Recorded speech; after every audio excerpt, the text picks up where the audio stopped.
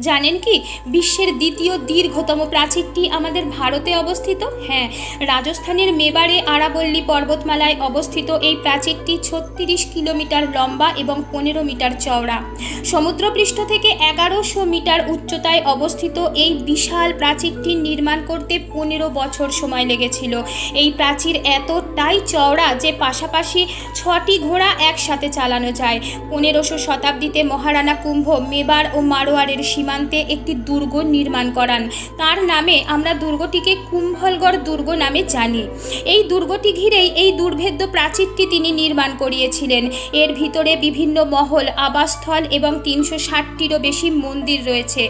ভিতরে কৃষিকাজও হয়। সম্রাট আকবর এই দুর্গটি বেশ কয়েকবার জয় করার চেষ্টা করে ব্যর্থ হন। এই দুর্গ এবং দুর্গের প্রাচীর ২০১৩ সালে ইউনেস্কো ওয়ার্ল্ড হেরিটেজের তকমা পেয়েছে। ভারতবাসী হিসাবে আমরা গর্বিত।